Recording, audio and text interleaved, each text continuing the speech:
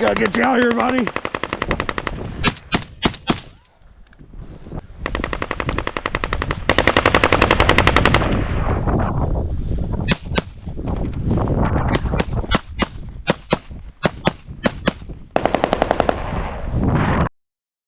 Set yourself up.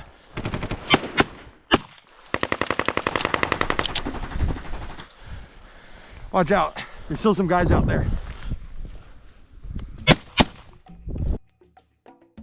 So I've always loved seeing more obscure firearms in media, whether it be the Ruger P85 from Cowboy Bebop, the Set-Me rifle from Universal Soldier, or in this case, the Star Model P, most prominently featured in the video game Far Cry 2.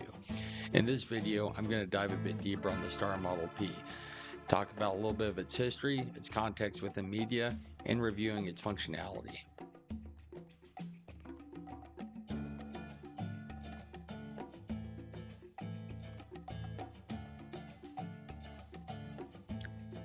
The Star Model P was produced from 1923 to 1974 by the company Bonifacio Echeverria S.A. out of Eibar, Spain.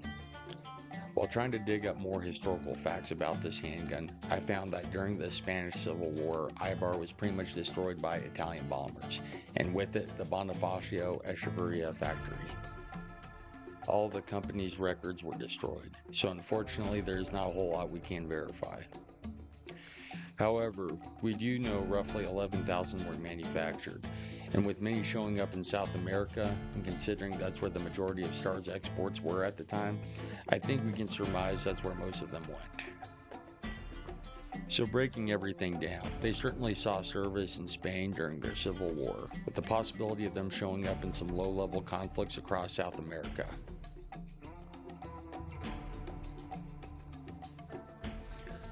While other Star handguns certainly show up in the media, the Model P is remarkably absent. Using the IMFDB page, I only saw its use in media 3 times. The 1983 film The Survivors, starring Robin Williams, a promo for the video game LA Noire while it never actually appears in the final release, and by far most notably, the video game Far Cry 2, which sees its use extensively through gameplay and what few cutscenes the game offers, including the intro to an arms dealer and primary antagonist known as the Jackal, who uses it to threaten you during the beginning of the game. Also, your buddies will give it to you after they complete the rescue should you go down. It always struck me as odd on why some of the firearms in this game showed up in war-torn Africa. However, one of the many recordings you can find of the Jackal explains where he procures his weapons. Where do you get the weapons? It's a romantic notion that they all came out of the Soviet Union after the collapse. That was a windfall back in '89, maybe through '91, but that's all over. I move weapons, I profit from circulation. You get a ceasefire in Liberia, both sides disarm. You think they slag 2,000 tons of guns? No. They sell them to me.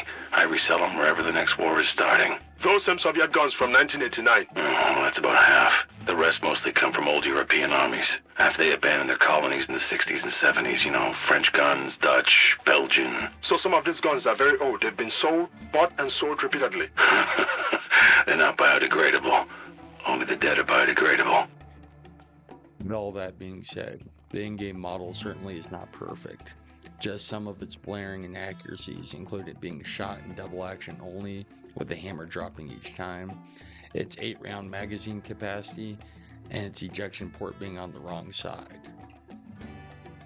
One thing that I want to address though, watching other people's videos that list the inaccuracies of weapons in video games, in Far Cry 2 they always list that the slide on the Star doesn't lock back on an empty mag. Now I don't know if it's just my specific handgun, but mine has never locked back on an empty mag. Also, while I'm at it, the mag doesn't exactly drop free, you kind of have to rip it out.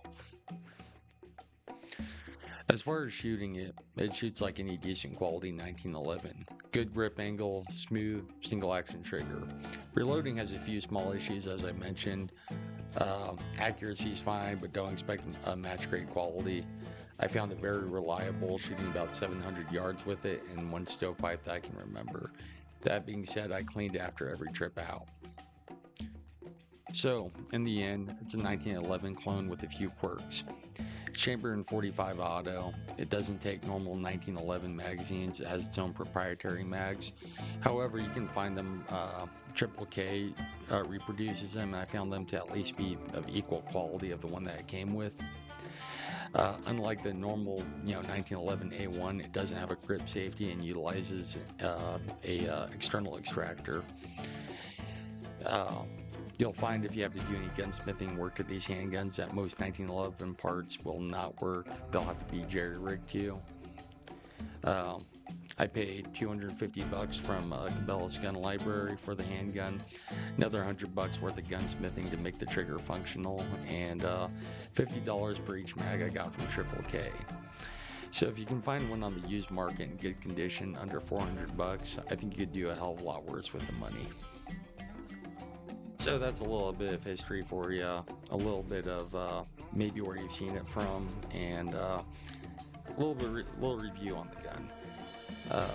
I'm going to have the field stripping playing in the background in case you guys are curious about that, but thanks for watching, and this is Radio with Davy Jones Gun Locker, signing off.